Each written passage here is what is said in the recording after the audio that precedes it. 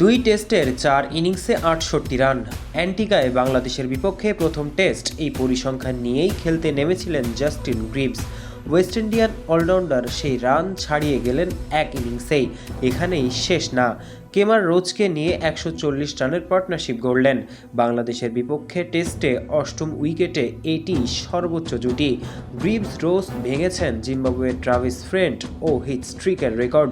২০০১ সালে ঢাকার বঙ্গবন্ধু স্টেডিয়ামে ১০৮ রান করেছিলেন ফ্রেন্ট স্ট্রিক জুটি।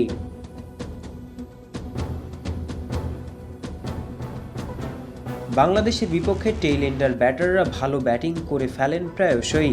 ঘটনা যেন দেজা ভু হয়ে ধরা দেয় বাংলাদেশের জন্য।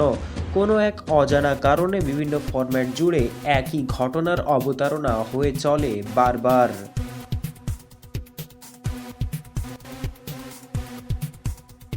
বাংলাদেশের বিপক্ষে টেস্ট ক্রিকেটের সপ্তম উইকেট জুটিতে ১০০ রানের চেয়ে বড় পার্টনারশিপ হয়েছে ১৪ বার। এর মধ্যে ৬ বারই ৬ নম্বর উইকেটের পতন হয়েছে ১৫০ রানের নিচে বা এর আশেপাশে। অর্থাৎ শেষের দিকে যে ম্যাচের লাগাম হাতছাড়া হয়ে যায় বাংলাদেশের, এর উদাহরণ আরও আছে। অষ্টম উইকেট জুটিতে টেস্টে বাংলাদেশের বিপক্ষে ৭০ রানের চেয়ে বড় পার্টনারশিপ হয়েছে ৮ বার। এর মধ্যে রান সংখ্যা ১০০ ছাড়িয়েছে ৪ বার। নবম উইকেট জুটিতে ৭০ রানের চেয়ে বেশি রানের পার্টনারশিপ হয়েছে ৪ বার।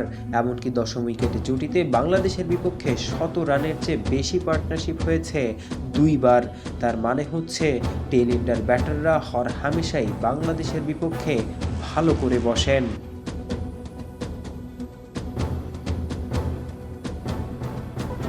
বাংলাদেশের বিপক্ষে টেস্টের ৯ নম্বরে নেমে ৪০ রানের বেশি ইনিংস খেলা হয়েছে ৯ বার। ৮ নম্বরে নেমে সেঞ্চুরি করেছেন ৪ বার। ১৫০-র বেশি রানের ইনিংস আছে একটা, ৭০+ রানের ইনিংস আছে সব মিলিয়ে ১২টা। ১০ নম্বরে নেমে ব্যাটসম্যান ৪০+ রানের ইনিংস খেলেছেন ৪টা। আর ১১ নম্বরে নেমে প্রতিপক্ষ দলের ব্যাটসম্যানেরা ৫০-এর বেশি রান করে ফেলেছেন ২ বার, ৪০-এর বেশি করেছেন ৩ বার। অর্থাৎ বাংলাদেশের বিপক্ষে প্রায় টেল এন্ডারদের করা রানই অনেক সময় গড়ে দেয় ব্যবধান।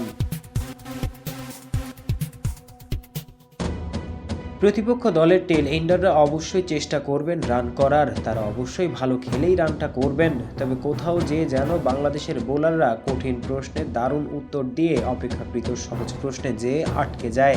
টপ অর্ডার ব্যাটারদের নিয়ে যেমন অ্যানালাইসিসে গুরুত্ব দেওয়া হয়, লোয়ার অর্ডারের ব্যাটারদের নিয়েও তেমনি গুরুত্ব দিয়ে অ্যানালাইসিসটা করা হয় কি না তা নিয়ে তাই প্রশ্ন তোলাই যায়।